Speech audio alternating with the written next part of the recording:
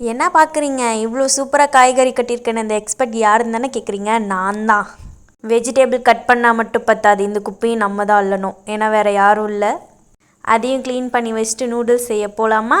நல்லா தண்ணி கொதிக்க விட்டதுக்கப்புறம் உப்பு, அப்புறம் அது கொதிச்சதுக்கப்புறம் லைட்டாக எண்ணெயை ஊற்றிக்கோங்க. அப்புறம் ஒரு முக்கியமான விஷயம், எண்ணெய் மாதிரி மசாலா பாக்கெட்டு யாரும் சேர்த்து தண்ணிக்குள்ளே போட்டுறாதீங்க. Oh my god. இந்த நூடுல்ஸ் நல்லா வெந்து வந்ததுக்கப்புறம் நல்லா ஸ்டவ்வை ஆஃப் பண்ணிவிட்டு நல்லா இந்த தண்ணியை ட்ரைன் பண்ணி எடுத்துக்கோங்க. அதே சட்டியை சும்மா வாஷ் பண்ணிவிட்டு எண்ணெயை ஊற்றி நல்லா கொதிக்க வச்சுருங்க. ஆயில் நல்லா கொதித்ததும் கடுகு போட்டு நல்லா சட சடன்னு தெறிக்கவும் நான் கேமராவை எடுத்துட்டேன். கடுகு எப்போவுமே நல்லா பொரிய விட்டுருங்க, இல்லைன்னா கசக்கும். எங்கள் தட்டில் உள்ள முக்கியமான போர்ஷனை காணான்னு தேடாதீங்க, நான் சட்டியில் போட்டேன். அதையும் நல்லா வதக்குன்னு வதக்கி எடுத்தாச்சு. வதக்கி எடுக்கிறப்போ நல்லா இந்த மாதிரி கண்ணாடி பதமாக வரணும். எப்போவுமே எது செஞ்சாலும் நல்லா வரும்னு நினச்சிட்டு செய்யுங்க, அப்போ தான் நல்லா வரும்.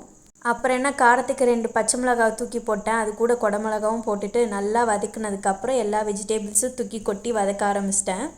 எப்போவுமே வெஜிடேபிள்ஸும் சரி நல்லா வதக்கக்கூடாது, நல்லா வேகிற அளவுக்குலாம் பண்ணக்கூடாது. கொஞ்சம் அரை வேக்காடாகவே நல்லா வதக்கி எடுத்துருங்க.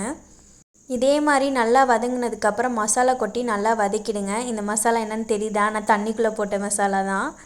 அதையும் நல்லா வதக்குனதுக்கப்புறம் நல்லா வேக வச்ச நூடுல்ஸை எடுத்து போட்டு நல்லா கிளறி எடுத்துருங்க. அவ்வளோதான்.